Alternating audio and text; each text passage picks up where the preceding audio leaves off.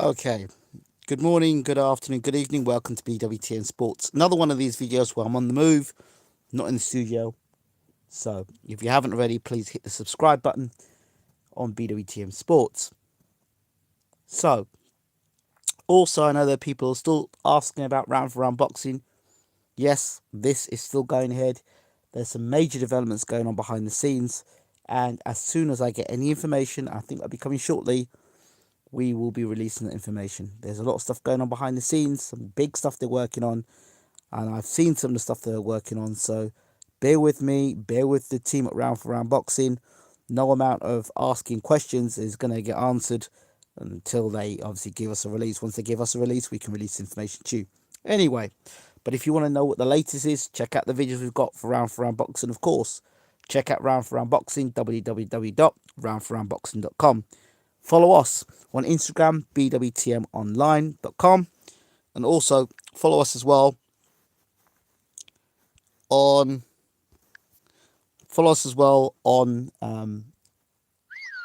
sorry, follow us on Instagram, BWTM online. Follow us on Facebook, BWTM online, and of course check us out on our own website, www.bwtmonline.com. So thanks for joining me once again. So the post fight for Derek Chisora versus Mr. Gashi. Well, for those of you who were fortunate enough to listen to my live commentary, you'll know that I wasn't impressed with Gashi. And to be honest, I wasn't impressed with Derek Chisora. Now, throughout the fight with Derek Chisora with Gashi, from the first round, you could tell that Gashi, his footwork was terrible. He looked very uncoordinated, and he looked a guy who had real no intention of coming to win. He looked like a guy that just looking to survive. Derek Chisora came bundling forward as he does as always, trying to throw overhand right hands and all the rest of it. For me, Derek Chisora is going to remain Derek Chisora. He's not going to change, regardless if he goes to Dave Colwell, if he goes to Freddie Roach. Derek Chisora is the same old fighter, right? Big overhand right, let hooks in. I didn't understand. He was doing the same thing all night long. He was allowing Gashi to get out. He was circling to left, moving to right. At no point in time did Derek Chisora look to throw hooks, wide hooks, so Gashi would walk onto a left hook or right hand. He never did that. Derek didn't fake when he threw shots. And it was embarrassing in the last round when Derek was trying to land the overhand right. Every other punch was over. I don't get. I've never got what the big fascination with Derek Chisora is. Derek Chisora's style, when it was being designed or it was being honed in on by Don Charles, the style was very effective against guys that were much taller. He had great success against Vitaly Klitschko because those guys, 6'5", 6'6", 6'7", are hitting the top of Derek's head. So Derek's able to bob and weave and get inside. Those guys who are 6'2", 6'1", 6'2", 6'3", Derek's bob and weave style is not as effective. Derek gets hit a lot more often in those fights, and where he was getting hit at the top of the head with guys like Vitaly Klitschko, guys like, again, David Haye hitting him clean on the chin, knocking him out. Dillian White, another one's knocked him out that way. You know what I mean? Derek Chisora's style is what it is, and it hasn't improved, and it hasn't changed for a number of years now. And don't matter if Derek Chisora loses weight, don't matter who Derek Chisora goes and trains with, is the same old Derek Chisora. At 35 years old, I don't see him changing at all. He hasn't changed for a long time. And again, you've heard me on the other channel talk about Dillian White. If you compare the two guys, you remember when people used to say Dillian White was like Derek Chisora 2.0? Remember those days? People don't say anything about Derek Chisora and Dillian White now because Dillian White has outgrown the Derek Chisora style. Come across, first time fought him, it was a good fight. The second fight, for me, said he was going to knock him out, and he did. So that's how I kind of see it. And I think Dillian White has improved so much, and Derek Chisora has. If you're not improving, you're stagnating. If you're stagnating, you're going backwards. And Derek Chisora was a perfect example of a fighter who's gone backwards.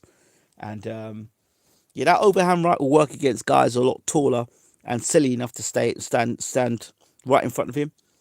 Josie Parker's another one of them guys. If he doesn't improve, change his trainer or change his training regimes, he's another of them guys that are not going to improve and stay the same way. Josie Parker is vulnerable to the left hook. So that's a fight where Derek may stand a chance against Joseph Parker because he can't block a left hook and he can't see a left hook coming.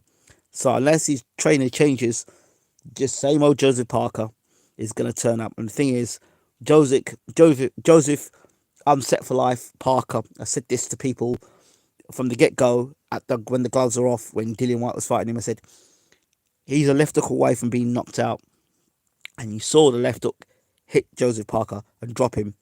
And Joseph Parker did well at the end, so who knows?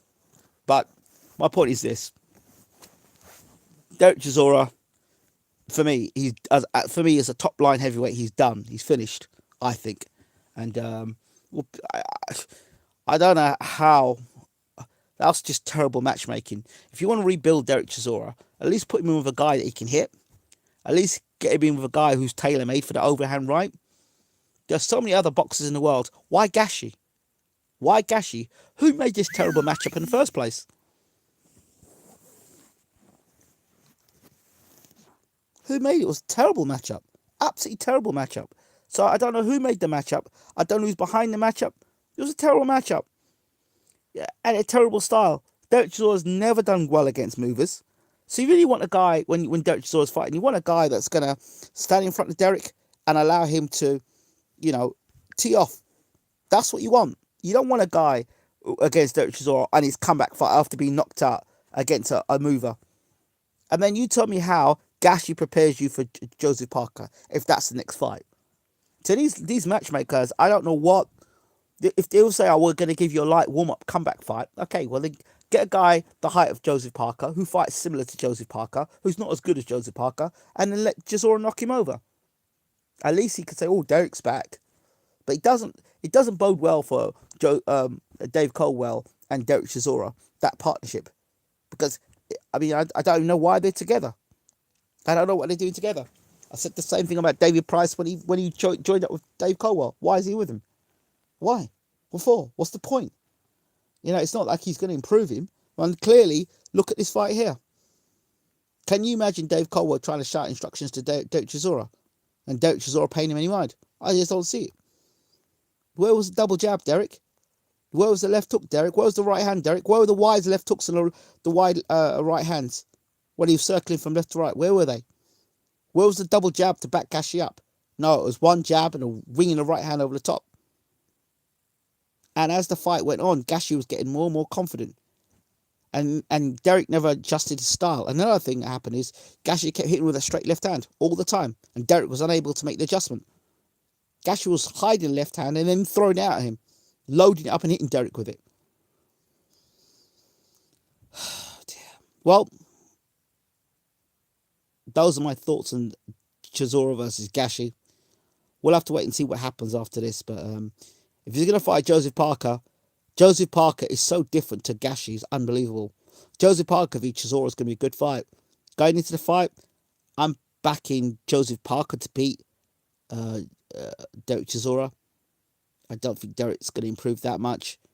And I just think Joseph's going to have a little bit more hand speed, a little bit more mobility, a little bit more power. And Joseph Parker, I think, will beat Derek Chisora. Don't know if he'll knock him out, but he'll beat him. I think he'll beat him. The only way Derek beats Joseph Parker today is if he can go back to that style where he's bobbing and weaving, constantly getting onside and causing problems. We'll have to be motivated. But you see, I think Derek's days are way behind him. But he's a crowd favourite, and people like crowd favourites in Britain and around the world. So he's a crowd favourite. He'll talk a bit of smack. He'll sell the fight with Joseph Parker, but you could tell they both like one another. So it's gonna be no beef there. It'd be difficult to sell beef now when you're smiling and FaceTiming one another or Instagramming one another. It's a bit difficult now. So there's no beef there. It's just gonna be two guys fighting. So I don't know how they're going to sell that fight, apart from it's just a good fight between two fighters. But Joseph Parker should take care of Derek Chisora. So those are my thoughts on that. As for Gashi, where the hell he came from, I don't know. All right, don't forget to rate, subscribe, leave your comments as always. Do appreciate you.